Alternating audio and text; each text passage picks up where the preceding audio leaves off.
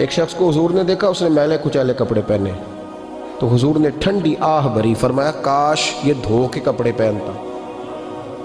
ایک شخص کو دیکھا بال بکھرے ہیں، کنگھی نہیں کی، تو حضور فرمانے لگے کاش یہ کنگھی کر لیتا۔ نفاست پسند آدمی پہ نا بوجھ بنتا ہے۔ جو آدمی، آپ کو پتہ ہے کہ امام شافعی تو فرماتے ہیں جمعے والے دن غسل کرنا واجب ہے، ماتے غسل نہ کرے تو جمعہ ہی نہیں ہوگا۔ اگرچہ ہمارے امام صاحب کے نزدیک سنت ہے۔ یہ سنت کب بنا؟ ایک دن نہ بہت سارے لوگ اپنے اپنے کام سے اٹھے مسجد میں آ گئے، مسجد نبوی میں۔ کوئی کسان تھا تو کھیت سے اٹھ کے آ گیا، کوئی مزدور تھا تو مزدوری سے اٹھ کے آ گیا۔ تو مسجد میں جب بہت سارے لوگ جمع ہوئے نا، تو بعض لوگوں کو دقت محسوس ہوئی، تو رسول کریم علیہ السلام نے فرمایا کتنا ہی اچھا ہو کہ تم جمعے والے دن نہا کے آیا کرو۔ بس وہ صحابہ کا مزاج ہمارے والا نہیں تھا کہ تفصیل بتائیں، حکمت بتائیں، ملے گا کیا، ثواب کتنا، نہ نہائے تو گناہ، یہ کوئی نہیں۔ حضور نے کہا کہ نہا کے آؤ تو کتنا ہی اچھا ہے۔ پھر کسی صحابی نے کبھی بھی بغیر غسل کیے جمعہ ادا ہی نہیں کیا۔ کسی نے بغیر غسل کے کبھی جمعہ ادا ہی نہیں کیا نا۔ اسلام بڑا خوبصورت دین ہے۔ حضور نے فرمایا جو کچا پیاز کھائے وہ مسجد نہ آئے، پہلے مسواک کرے، دانت صاف کرے، پھر آئے۔ نبی پاک صلی اللہ علیہ وسلم نے فرمایا جو کچی مولی کھائے مسجد نہ آئے۔ مولی کھانا جائز ہے، پیاز کھانا جائز ہے، لیکن منہ سے بدبو آتی ہے۔ نبی پاک علیہ السلام کا ظاہری حسن کیا بات ہے۔ میلاد مبارکہ میں نبی پاک علیہ السلام کی جو چیز بڑی کھل کے واضح ہوتی ہے وہ رسول اللہ کا حسن و جمال ہے۔ آپ کی والدہ سیدہ طیبہ طاہرہ حضرت سیدہ آمنہ رضی اللہ تعالیٰ، اماں جی کہتی ہیں کہ میرے محبوب جب میرے بطن اقدس میں آئے تو جو تکالیف عورتوں کو ہوتی ہے مجھے ان میں سے کوئی تکلیف بھی نہیں ہوئی، اور اماں جی کہتی ہیں مجھے کبھی کوئی ثقل، کوئی بوجھ محسوس نہیں ہوا، اور فرماتی ہیں کہ جو ولادت کے وقت لوگوں کو، عورتوں کو تکلیف ہوتی ہے مجھے وہ بھی نہیں ہوئی، اور فرماتی ہیں کہ نبی کریم علیہ السلام پیدا ہوئے تو ہمیں حضور علیہ السلام کی ناف کو کاٹنا نہیں پڑا، ناف بریدہ پیدا ہوئے، ختنہ شدہ پیدا ہوئے۔ آپ کو پتہ ہے عورتیں غسل دیتی ہیں بچے کو پیدا ہونے کے بعد، لیکن میرے محبوب نے سجدہ ہی کر لیا پیدا ہوتے ہی، امتی امتی کہتے ہوئے پیدا ہوئے۔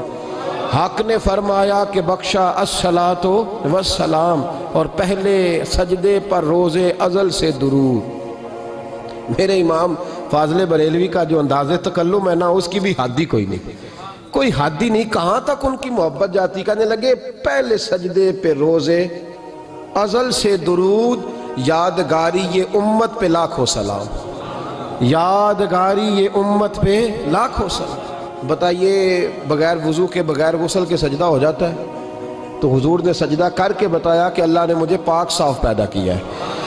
نبی پاک صلی اللہ علیہ وسلم کی والدہ نے جب یہ باتیں ارشاد فرمائیں تو لوگوں نے پوچھا ان سے کہ اماں جی پھر آپ ایک جملے میں بتائیں کہ ماجرا سارا کیا تھا، آخر ایک ولادت تو ہوئی نا، آپ کے وجود اطہر سے ایک بچہ تو نکلا، تو یہ کیا تھا؟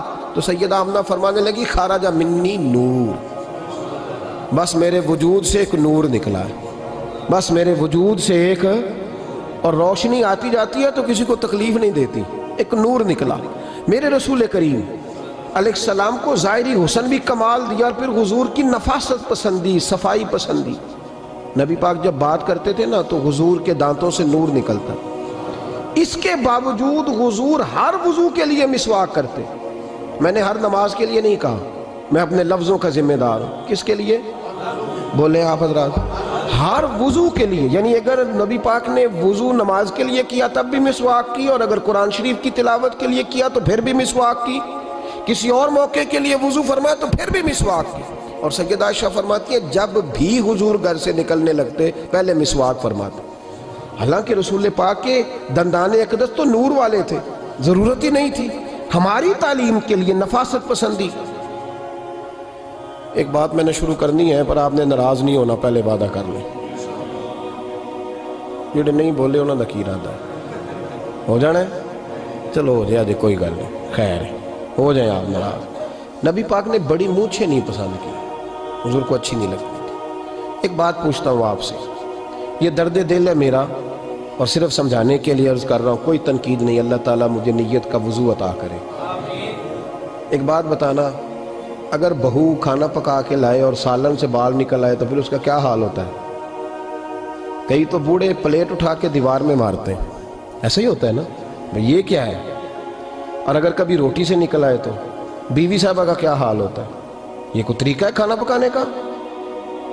اور اللہ تعالیٰ معاف کرے، اگر کبھی ہوٹل میں چلے جائیں امیر لوگ 15,000 کا ڈنر کرنے، تو وہاں کسی سالن کی پلیٹ سے بال نکل آئے تو پھر تو پیسے کیا دینے ہیں، پھر تو ان کو اور جرمانہ ہو جاتا ہے۔ یہ تو سارے بال نکل آئے تو مشکل، اور ویسے بھی جو نفاست ہے نا طبیعت کی، اس پر بوجھ بنتا ہے، بال کھانے میں ہو آٹے میں ہو تو بوجھ بنتا ہے۔ تو بڑی مونچھوں والا دوست بھائی بزرگ جب پانی پیے گا تو بال پانی میں جائیں گے کہ نہیں جائیں گے؟ حکیم اور ڈاکٹر کہتے ہیں کہ کینسر کے مرض کا خطرہ ہے۔ اب باقی بھی راضی نہ ہوں، حضور نے بڑی مونچھیں بھی پسند نہیں کی اور چھوٹی داڑھی بھی پسند نہیں کی۔ حضور نے فرمایا داڑھیاں بڑھاؤ، مونچھوں کو پست کرو، مشرکین کی مخالفت کرو۔ اور ایک مقام پہ رسول پاک علیہ السلام نے یہاں تک فرمایا کہ جو مونچھیں پست نہیں کرتا وہ ہم میں سے ہے ہی نہیں۔ اتنے سخت لفظ۔ ایک صحابی تھے، آپ یقین کریں نا، کئی دفعہ دوستوں کو کہنا پڑتا ہے، اور کئی دفعہ نا مجھے محسوس ہوتا ہے کہ یار ہم روز ہی کہتے ہیں، لیکن کہتے پتہ کیوں ہے کہ بوجھ بنتا ہے وہ بندہ جو اس طرح کی تباہ کے ساتھ آتا ہے، جو حضور نے پسند نہیں کیا۔ ایک شخص نبی پاک کے سامنے آیا، قاضی عبدالدائم دائم صاحب نے لکھا ہے، بڑی خوبصورت بات لکھی ہے، کہنے لگے حضور کے سامنے وہ اکثر آیا کرتا تھا تو مونچھیں بڑی تھی، حالانکہ داڑھی بھی بڑی تھی، مونچھیں بھی بڑی تھی۔ 2-4 دفعہ حضور نے باتوں باتوں میں تات اللفظ سمجھایا۔ کچھ بندے نہیں سمجھتے، تات اللفظ سمجھاؤ یا بڑا کھول کھول کے سمجھاؤ پر بات سمجھنے کو تیار نہیں ہوتے۔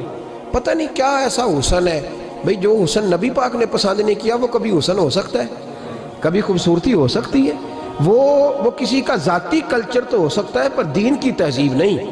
نبی کریم علیہ السلام نے کئی دفعہ سمجھایا تو ان کی سمجھ میں بات نہ آئی۔ ایک دن وہ بیٹھے ہوئے تو حضور نے ایک صحابی سے فرمایا کینچی لاؤ۔ کہنے لگے میں سمجھ گیا کہ میرے ساتھ کچھ ہونے لگا ہے۔ ساتھ ہی حضور نے فرمایا ایک مسواک بھی لانا۔ کہنے لگے میں نے کہا بچت ہو گئی، میرے تو دانت صاف ہے۔ تو یہ شاید اس کی بات ہونے لگی ہے جس کے دانت بھی ٹھیک نہیں۔ دونوں چیزیں جب آ گئی نا تو حضور اٹھے اور نبی پاک نے مسواک ان کے ہونٹوں پہ رکھی، اسی سے آبی کی ہونٹوں کے اوپر مسواک رکھ کے تو اوپر سے حضور نے مونچھیں کاٹ دی۔ فرمایا یہ نہ ایسا کرو، یہ چیز مجھے پسند نہیں ہے۔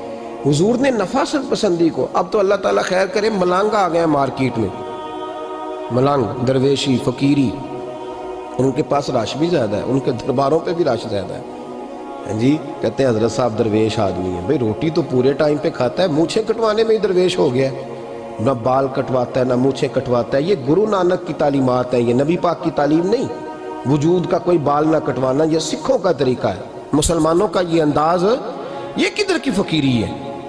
دین کوئی غلاظتوں والا معاذ اللہ کہ بابا کپڑے نہیں بدلتا، بابا غسل نہیں کرتا، بابا بال نہیں کٹواتا۔ بابا پاگل ہے، قطعی طور پر کوئی فقیری نہیں۔ فقیری صرف وہ ہے جو میرے نبی نے کیا ہے۔